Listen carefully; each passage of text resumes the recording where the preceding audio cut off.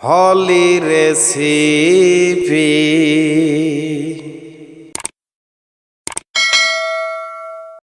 Hello viewers, আসসালামু আলাইকুম। সবাই কেমন আছেন? আশা করছি অনেক ভালো আছেন।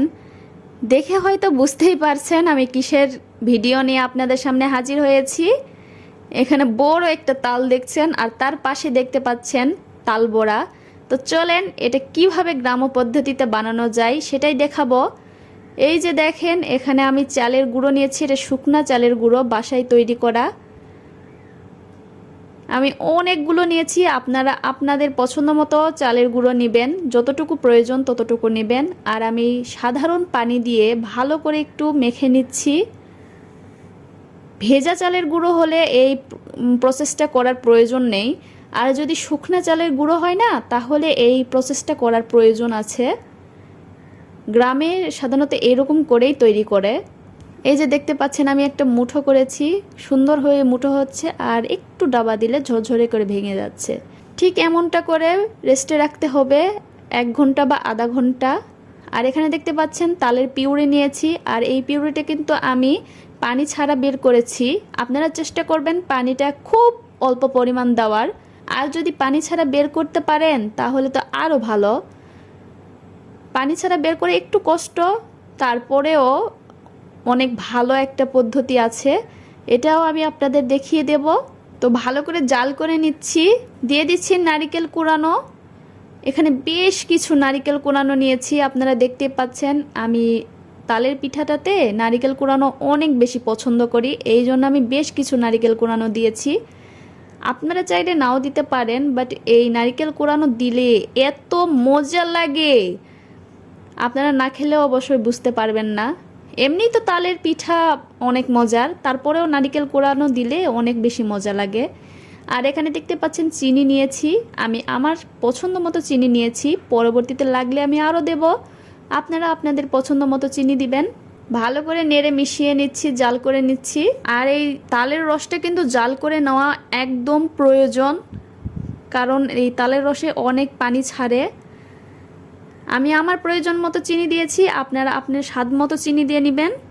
ভালো করে জাল করে নিচ্ছি। এই যে বেশ কিছুক্ষণ ধরে জাল করে নিয়েছি, আমার হয়ে গিয়েছে। এটাকে আমি ঠান্ডা করে নিব, নামিয়ে রাখছি। আর এখানে দেখতে পাচ্ছেন চালের গুঁড়োটা, এই যে দেখেন আমি যেটা রেস্টে রেখেছিলাম ওইটা কিন্তু অনেকটাই ভিজে ভিজে হয়ে গিয়েছে। আর ভিজে চালের গুঁড়ো দিয়ে পিঠা করলে সব থেকে বেশি ভালো হয়, এই জন্য ভিজে রাখতে হয়। আর এই যে আমার ওইটুকু জায়গা হবে না, এই জন্য আমি বড় একটা পাতিলে নিয়ে নিচ্ছি চালের গুঁড়ো। আমি সব চালের গুঁড়ো পাতিলে নিয়ে নিলাম। এখন আমি দিয়ে দিচ্ছি তালের রস, যেটা জাল করে নিয়েছিলাম। অবশ্যই এই তালের রসটা ঠান্ডা করে নেবেন, অবশ্যই অবশ্যই ঠান্ডা করে নেবেন। আর এই যে দেখতে পাচ্ছেন হাত দিয়ে ভালো করে মেখে নিতে হবে। আর এইটা কিন্তু কোনো চামচ দিয়ে হবে না, আপনাদের হাতই ইউজ করতে হবে। হাত দিয়ে ভালো করে মথে মথে মেখে নেবেন। আমি দেখতে পাচ্ছেন আমি যেরকম করে মেখে নিচ্ছি না, ঠিক সেইভাবে মেখে নেবেন। এটা কিন্তু ঘৃণার কিছু নাই বা কোনো মূর্খতার কিছু নাই। যদি ভালো কিছু খেতে যান তাহলে অবশ্যই খাটনি করতে হবে। বেশ কিছুক্ষণ ধরে আমি মেখে নিয়েছি আর দলাগুলো ভেঙে গিয়েছে, দেখে হয়তো বুঝতে পারছেন। আর তার সাথে দিয়ে দিচ্ছি সামান্য একটু কালি জিরা, এটা কিন্তু স্বাদটা আরও একটু বেড়ে দেয়। এই কালিজিরা দিয়ে কে কে পিঠা খান আপনারা অবশ্যই আমার কমেন্টে জানিয়ে দিবেন, কমেন্ট বক্সে। এই যে হাত দিয়ে ভালো করে ফেটে নিচ্ছি, যত ফাটাবেন তত কিন্তু এই যে তালের বড়াটা ফুলবে। এখন শুধু ভাজার পালা। দেখতে পাচ্ছেন 1 কড়াই পরিমাণ তেল নিয়েছি আর দিয়ে দিচ্ছি তালের বড়া।